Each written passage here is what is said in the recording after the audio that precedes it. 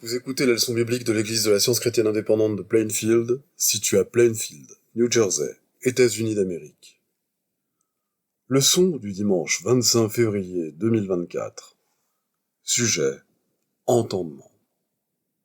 Texte d'or, Ésaïe.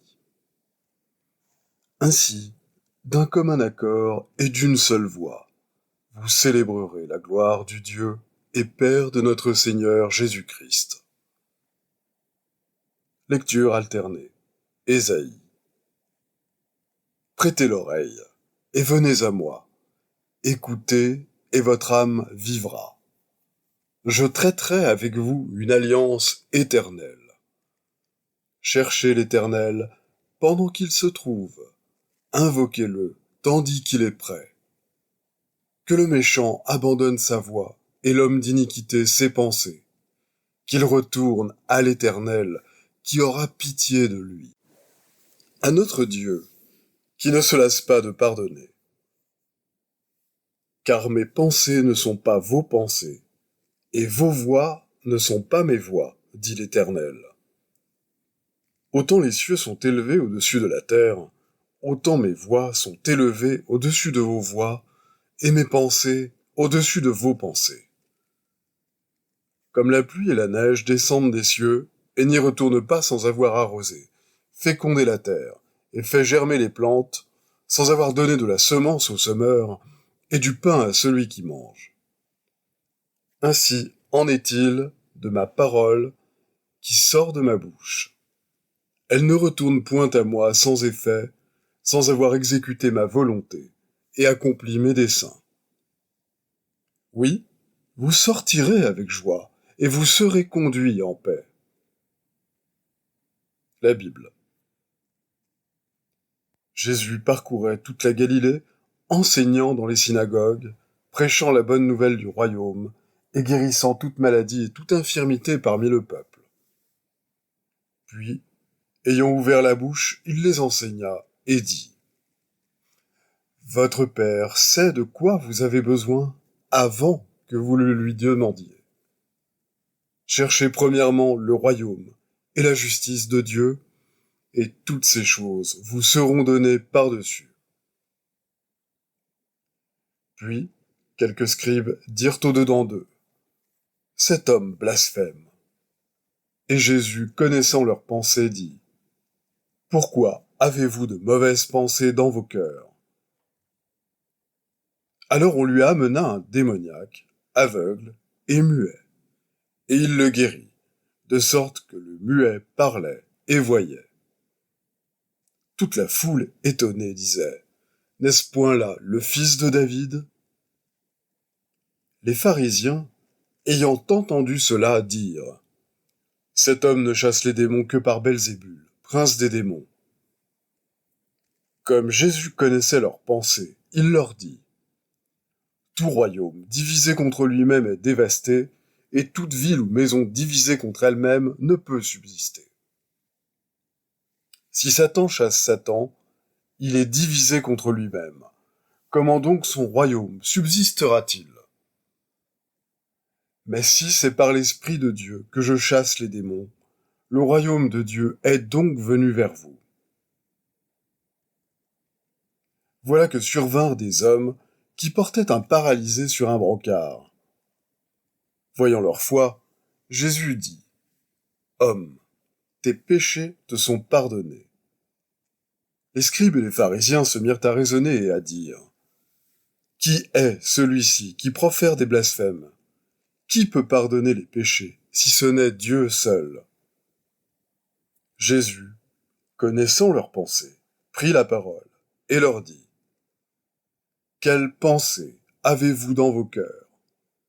Lequel est le plus aisé de dire : Tes péchés te sont pardonnés, ou de dire : Lève-toi et marche ?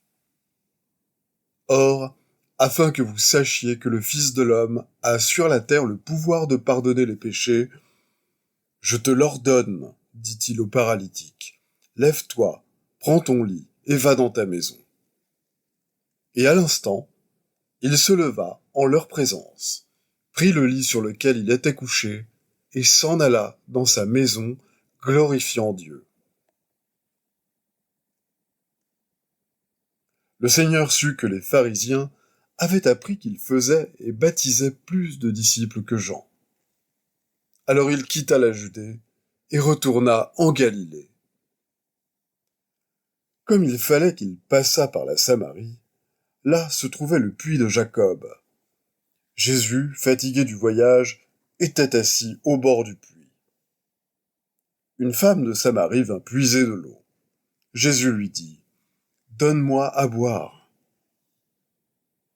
La femme samaritaine lui dit : « Comment toi, qui es juif, me demandes-tu à boire, à moi qui suis une femme samaritaine ?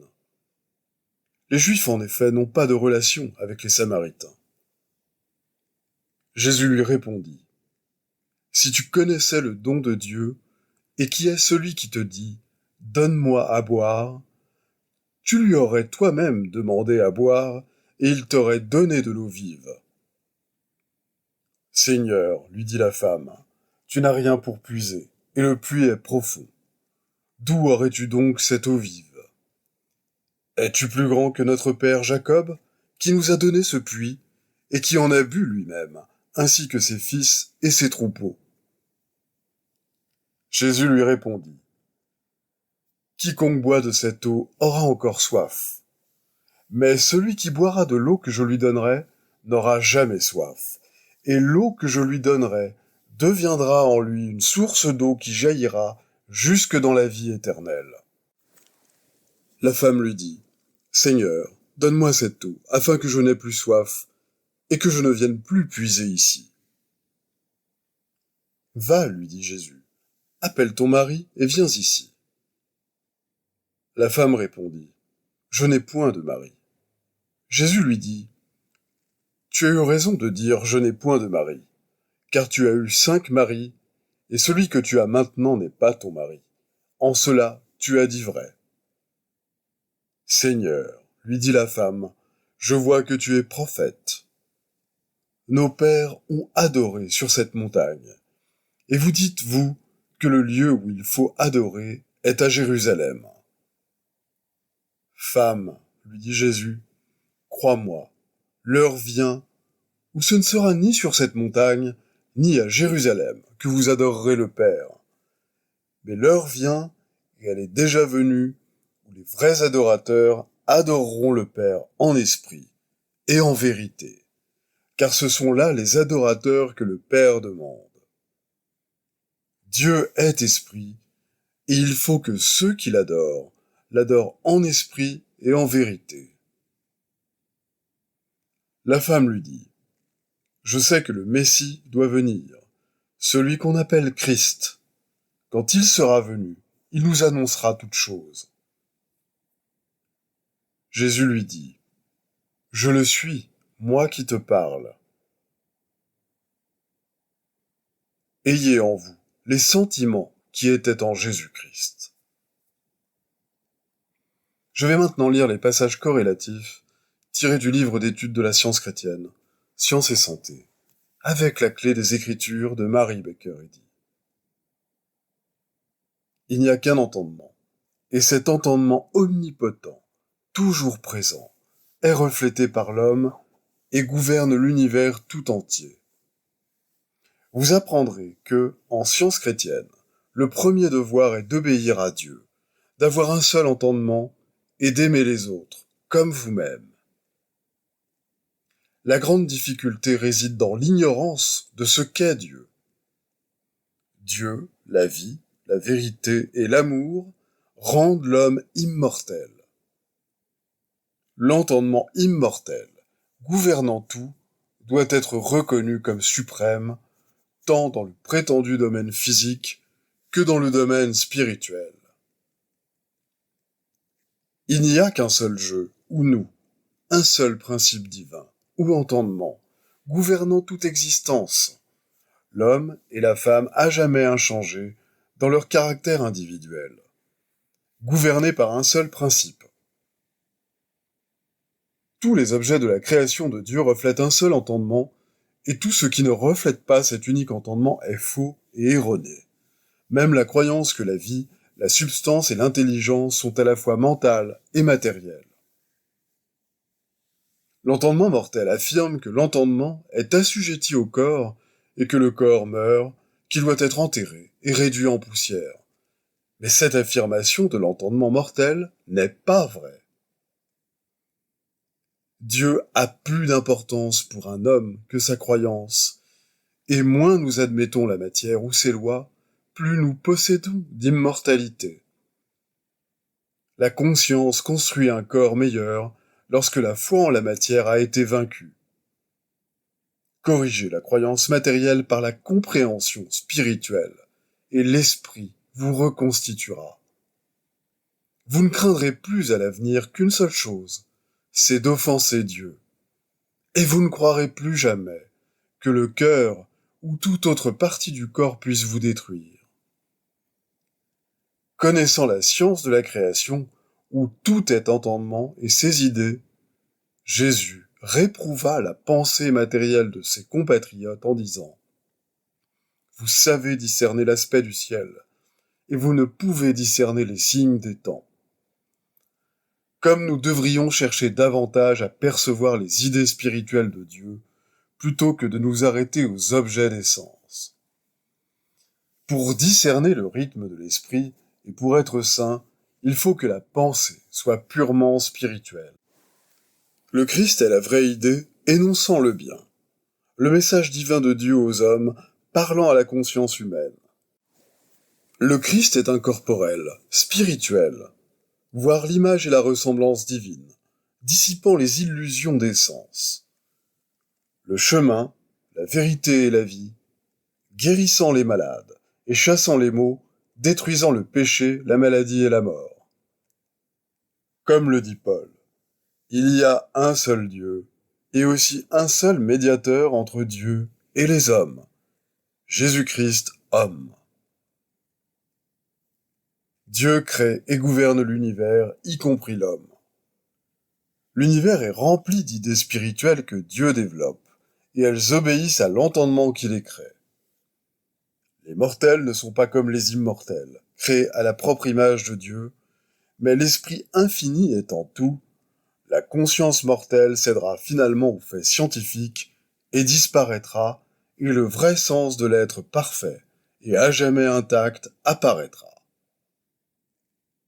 Comment peut-on distinguer les idées véritables d'avec les illusions? En recherchant l'origine de chacune. Les idées sont des émanations de l'entendement divin. Les pensées provenant du cerveau ou de la matière sont des rejetons de l'entendement mortel. Ce sont des croyances matérielles mortelles. Les idées sont spirituelles, harmonieuses et éternelles. Notre maître lisait facilement les pensées du genre humain, et cette pénétration le rendait plus apte à orienter correctement ses pensées. Notre maître lisait dans l'entendement mortel en partant d'une base scientifique, celle de l'omniprésence de l'entendement. Posséder quelque peu ce discernement est un indice de croissance spirituelle et d'union avec les capacités infinies de l'unique entendement. La guérison et le salut étaient toujours l'effet de son entendement, et c'est là la seule véritable science de la lecture dans l'entendement mortel. Paul dit « Avoir un entendement spirituel, c'est la vie. » Nous nous rapprochons de Dieu, la vie, dans la mesure de notre spiritualité, de notre fidélité à la vérité et à l'amour. Et c'est dans cette mesure que nous connaissons tous les besoins humains et que nous sommes à même de discerner la pensée des malades et des pécheurs afin de les guérir. L'erreur, quelle qu'elle soit, ne peut se dérober à la loi de Dieu. Cette lecture par l'entendement est l'opposé de l'occultisme. Elle est l'illumination de la compréhension spirituelle qui démontre les capacités de l'âme, non du sens matériel. Ce sens âme vient à l'entendement humain lorsque celui-ci cède à l'entendement divin. De telles intuitions révèlent tout ce qui constitue et perpétue l'harmonie, nous mettant à même de faire le bien, mais non le mal. Vous atteindrez à la parfaite science de la guérison lorsque vous saurez lire de cette manière dans l'entendement humain et discerner l'erreur que vous voulez détruire. La Samaritaine dit : « Venez voir un homme qui m'a dit tout ce que j'ai fait. Ne serait-ce point le Christ ?» Il est relaté qu'un jour, en cheminant avec ses disciples, Jésus connut leurs pensées, les lut scientifiquement. C'est ainsi qu'il discernait la maladie et guérissait les malades. Devenez conscient, un seul moment, du fait que la vie et l'intelligence sont purement spirituelles, qu'elles ne sont ni dans la matière, ni matérielles, et alors le corps ne fera entendre aucune plainte. Si vous souffrez d'une croyance à la maladie, vous vous trouverez soudainement guéri. Le chagrin se transforme en joie lorsque le corps est gouverné par la vie, la vérité et l'amour spirituel.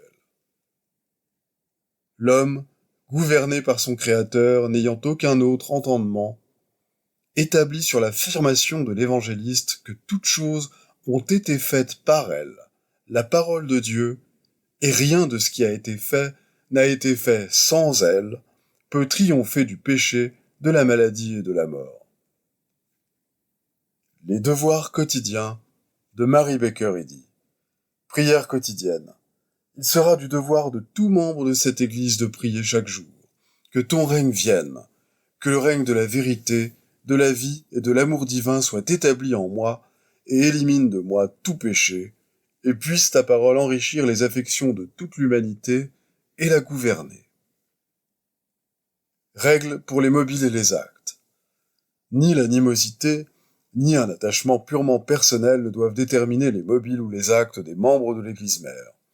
Dans la science, l'amour divin seul gouverne l'homme, et un scientiste chrétien reflète les 12 aménités de l'amour en réprouvant le péché et en manifestant un véritable esprit de fraternité, de charité et de pardon. Les membres de cette Église doivent journellement veiller et prier pour être délivrés de tout mal, pour ne pas prophétiser, juger, condamner, conseiller, influencer ou être influencés d'une manière erronée. Vigilance face au devoir. Il sera du devoir de chaque membre de cette Église de se défendre journellement contre la suggestion mentale agressive et de ne pas se laisser entraîner à oublier ou à négliger son devoir envers Dieu, envers son leader et envers l'humanité. Par ses œuvres, il sera jugé et justifié ou condamné.